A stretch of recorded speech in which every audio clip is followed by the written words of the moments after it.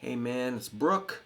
I might have beat the E blues soloing concept into the ground, but I'm going to do just one more that might relate to this. One of my buddies, Adam, said that locking into the groove is his main challenge. So I have met with him in person. We've done a few lessons, and yeah, that is a thing that he's working on. Me too. So I think there's probably other people in the same boat. But it is fun to lock into that beat. You just suddenly you feel like you're just inside of it. It's amazing. Okay, so I'm going to use the drum machine. There's a beat I found, the old Zoom RT123. This is A29, and we'll get that going in a second. I'm going to play along, but I'll show you the riff that it inspired me to do.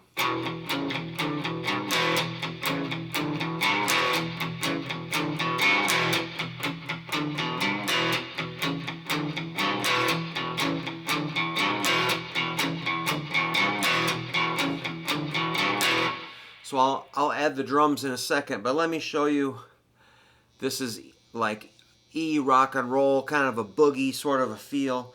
It's a power chord, open E, and this B on the 2nd fret, 5th string. That makes your E5. Kind of the ultimate AC/DC Metallica chord or something like that. Then I'm adding this note on the 4th fret of the 5th string. That's a C sharp.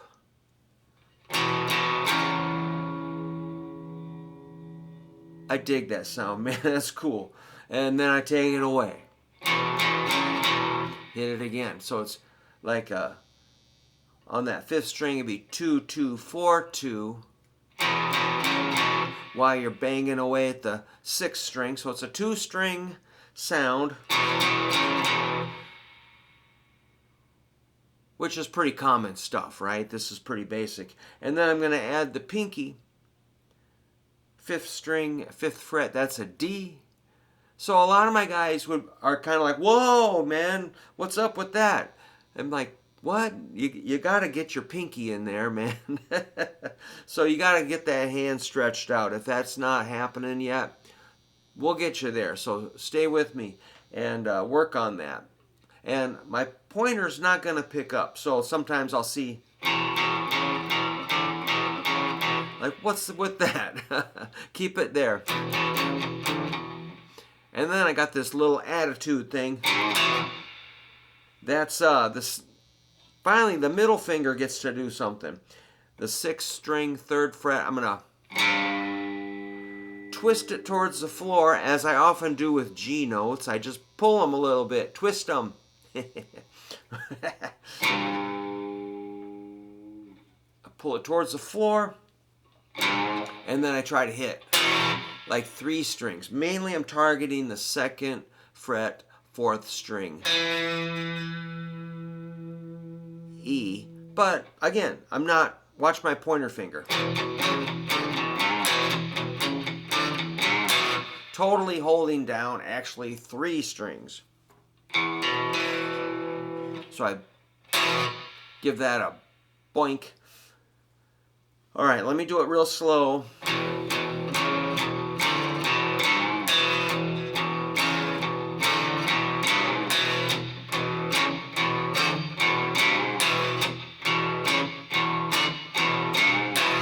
I dig it. Okay, here comes the drums. I'm 120 beats per minute. Ooh, let's crank it up. Get crazy.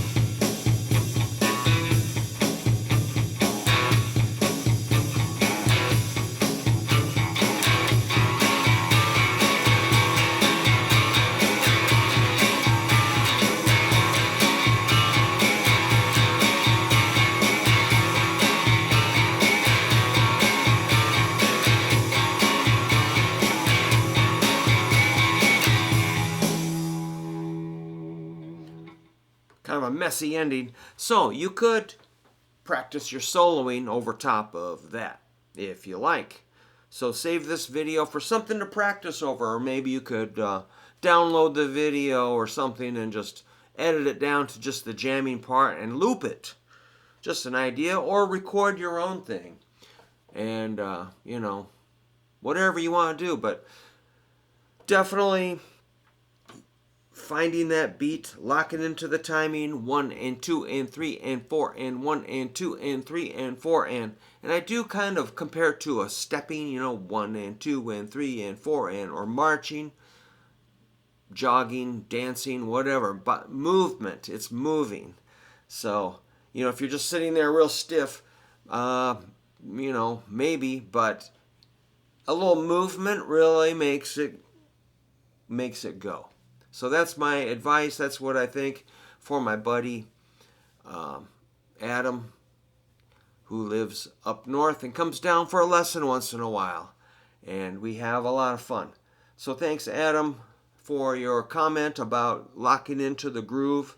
I think a lot of people have that, you know, it's an issue. It's a thing. It's a skill that we want to make sure everybody is working on and moving forward and feeling like you can achieve some, you know, punchy, good rock and roll rhythm. That's really important. And of course, you can move this to other chords and other riffs and other things. You can see I was improvising and sort of adding things to it, but I did keep coming back to the main riff. So again, that's a cool thing to practice. If you can get yourself a drum machine, or just find yourself some beats online on YouTube, or hang out with a drummer, use your metronome, get some software, whatever, go play some drums, take some drum lessons. I do.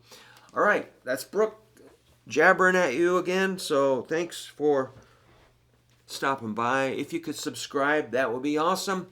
I always like to see a thumbs up or a comment. Let me know what you think about this. Let me know what you're working on, and that will inspire me to make a video. That's how I build my guitar teaching practice, is I see what people ask for, or what they're working on, or what they need, what are their weaknesses, and then we try to fill in those gaps. And that's, I just respond to what is needed. So, thanks again. So take care. See ya.